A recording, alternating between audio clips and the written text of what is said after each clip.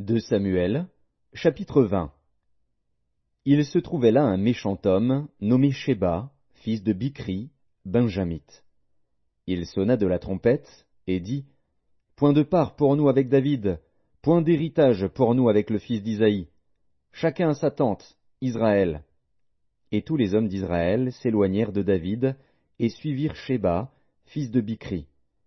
Mais les hommes de Juda restèrent fidèles à leur roi, et l'accompagnèrent depuis le Jourdain jusqu'à Jérusalem. David rentra dans sa maison à Jérusalem. Le roi prit les 10 concubines qu'il avait laissées pour garder la maison, et il les mit dans un lieu où elles étaient séquestrées. Il pourvut à leur entretien, mais il n'alla point vers elles. Et elles furent enfermées jusqu'au jour de leur mort, vivant dans un état de veuvage.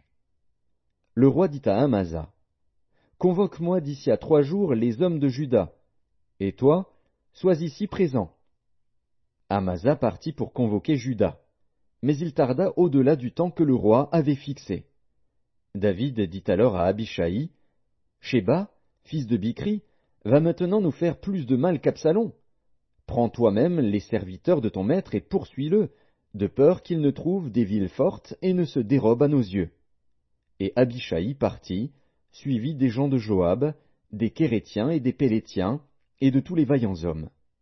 Ils sortirent de Jérusalem, afin de poursuivre Sheba, fils de Bichri. Lorsqu'ils furent près de la grande pierre qui est à Gabaon, Amasa arriva devant eux. Joab était ceint d'une épée par-dessus les habits dont il était revêtu.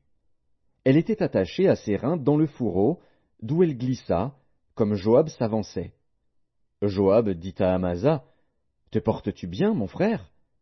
Et de la main droite il saisit la barbe d'Amasa pour le baiser. Amasa ne prit point garde à l'épée qui était dans la main de Joab, et Joab l'en frappa au ventre et répandit ses entrailles à terre, sans lui porter un second coup. Et Amasa mourut. Joab et son frère Abishai marchèrent à la poursuite de Sheba, fils de Bichri.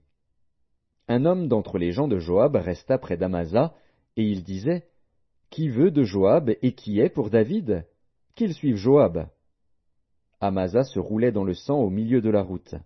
Et cet homme, ayant vu que tout le peuple s'arrêtait, poussa Amasa hors de la route dans un champ, et jeta sur lui un vêtement, lorsqu'il vit que tous ceux qui arrivaient près de lui s'arrêtaient. Quand il fut ôté de la route, chacun suivit Joab, afin de poursuivre Sheba, fils de Bichri. Joab traversa toutes les tribus d'Israël dans la direction d'Abel-Beth-Maaka, et tous les hommes d'élite se rassemblèrent et le suivirent.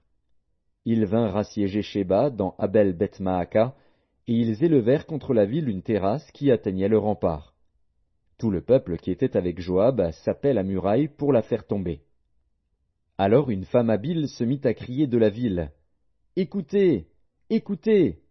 Dites, je vous prie, à Joab, approche jusqu'ici, je veux te parler. » Il s'approcha d'elle, et la femme dit, « Es-tu Joab? » Il répondit, « Je le suis. » Et elle lui dit, « Écoute les paroles de ta servante. » Il répondit, « J'écoute. » Et elle dit, « Autrefois on avait coutume de dire, que l'on consulte Abel. » Et tout se terminait ainsi.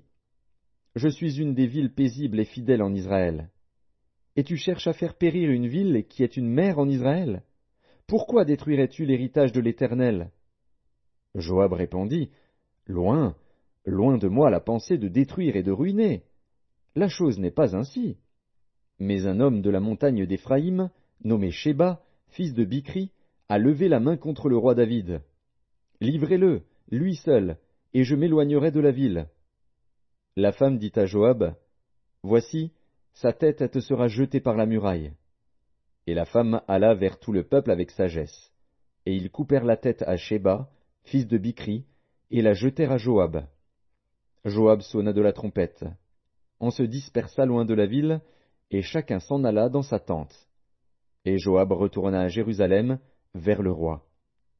Joab commandait toute l'armée d'Israël. Benaja, fils de Jéhojada, était à la tête des Kérétiens et des Pélétiens. Adoram était préposé aux impôts, Josaphat, fils d'Achilude, était archiviste. Shéja était secrétaire, Tsadok et Abiatar étaient sacrificateurs, et Hira de Jaïr était ministre d'État de David.